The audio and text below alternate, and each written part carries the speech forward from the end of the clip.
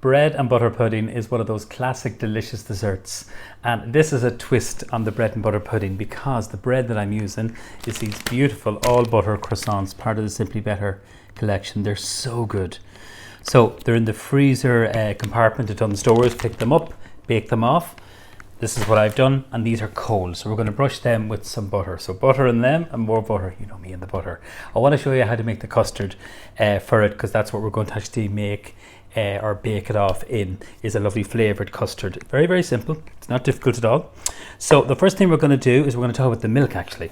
So this is the Irish Jersey whole milk.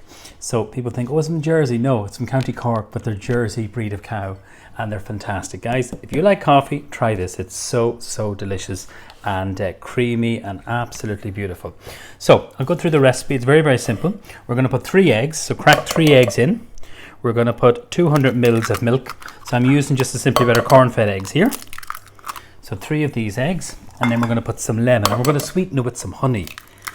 So this is a really just a lovely recipe that we've been making over the years, and I've tweaked it a little bit using it with the croissants. It's gorgeous. So lemon zest.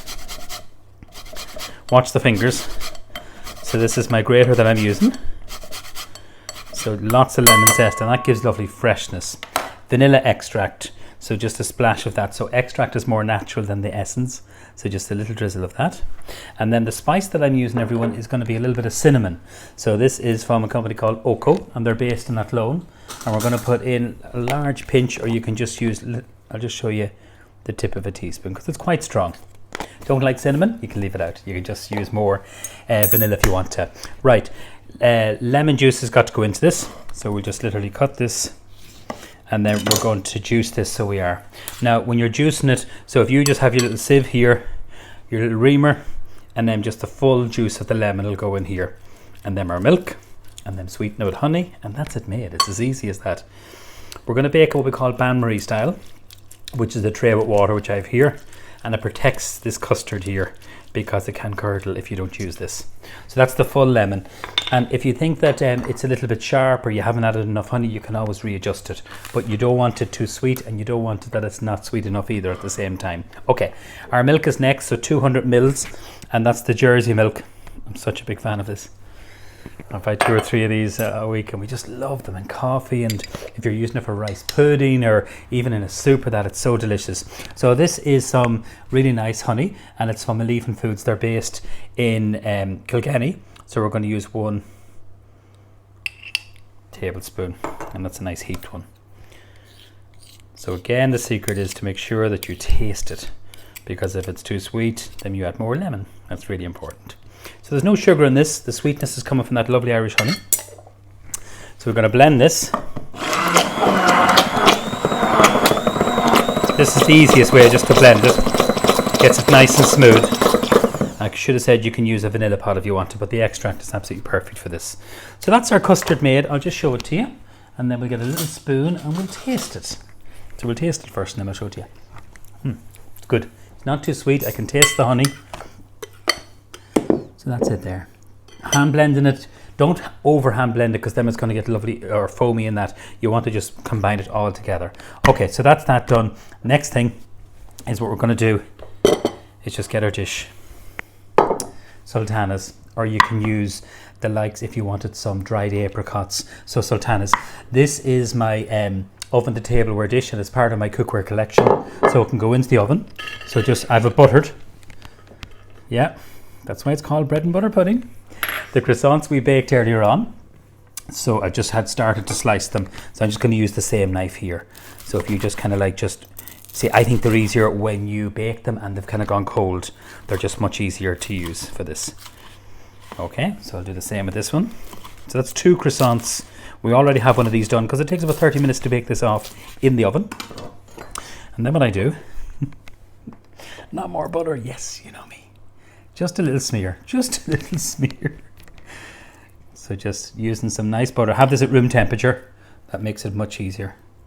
And then kind of just spread this all over the dish.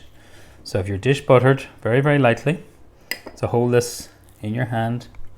I love these croissants with, you know, some raspberry jam. It's just so delicious. So I love the flavor of the citrus fruit. It works really, really well with this. So 2 croissants for this recipe will work perfectly. If you have them pre-baked, wonderful. Makes life a little bit easier. So just go right to the edge, fill the dish as much as possible. Now, and then what we do, just 1 more or 2 more right in the corner there. So tuck these in here. So I'm using the sultanas. You could use currants, you could use raisins, you could use apricots, cranberries. So what I like to do, I'm going to get all those little bits there, waste not, want not. So get your custard and then just literally pour this over here. And then scrape it down, because you've got the lemon zest is kind of going to sink. And then your vanilla, the wee vanilla seeds. And then just with the back of the spoon, just gently kind of press that. So if you bake that like that now in the oven, it will curdle. So what we want is to protect it. And how you protect it, just this tray here, a little bit of water, that's all I have here. We're going to place this in, it's what you call bain-marie. And the oven is preheated at 180, that's really important. So I have this already preheated. Okay, so that goes in. And then you give that, check that after about maybe 15-20 minutes. Just need to turn that up to 180.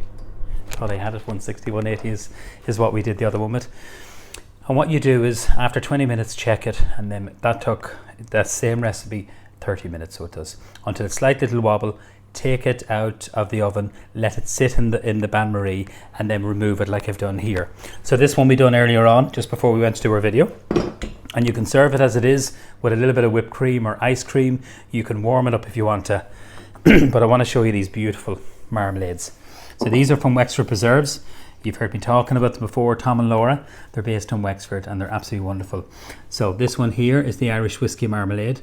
So look at even the presentation of the jar, they look class. So this is the one that I've heated up. I'll go through that in a moment. Or you could use the 3 fruit marmalade. So it's up to you. So you think of it, you have the lemon in here and then you have the marmalade. So you have a lovely bit of freshness. So I'm just warming this up here, and then we're going to brush this over with a pastry brush. And that's it. I'll just bring that over there just to show you. So it's a simple recipe. It's one of these kind of comfort foods that work really well. I think using really nice eggs, that milk is just fantastic. And then of course you have the croissants. So you have absolutely layers and layers of flavour. So kind of be generous with this, because this is going to make it nice and fresh.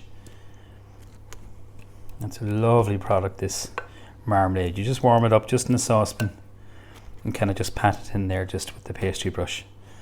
So it does not make it look really lovely and fresh and that. You could use a little bit of honey if you didn't want marmalade in it, which is absolutely fine. And I think the honey in the custard rather than sugar works really, really good. And a little bit of cinnamon, so you're getting lots of lovely flavour. Look at that. It's actually my sister Sharon's favourite dessert. She loves sticky toffee pudding. I like them both, but she loves bread and butter pudding. So I must send this down to her, but she does live in Galway. So just pat this on, and look how nice and moist and gorgeous, and it won't be too sweet, because that's the beautiful thing about using the marmalade. Now, so this one is cooled down. It's still warm, but it's not hot. And then what I would do is just place that at the centre of the table, spoon it out, some whipped cream with that or ice cream, and that is my croissant bread and butter pudding. The key to it is that beautiful Jersey milk from County Cork. So that's gorgeous, guys, and coffee. I have said that once or twice, haven't I? A little bit of lemon, some cinnamon, vanilla and honey, and then just your nice corn-fed eggs. So I hope you enjoy this really delicious dessert. That's the croissant bread and butter pudding. Thank you so much.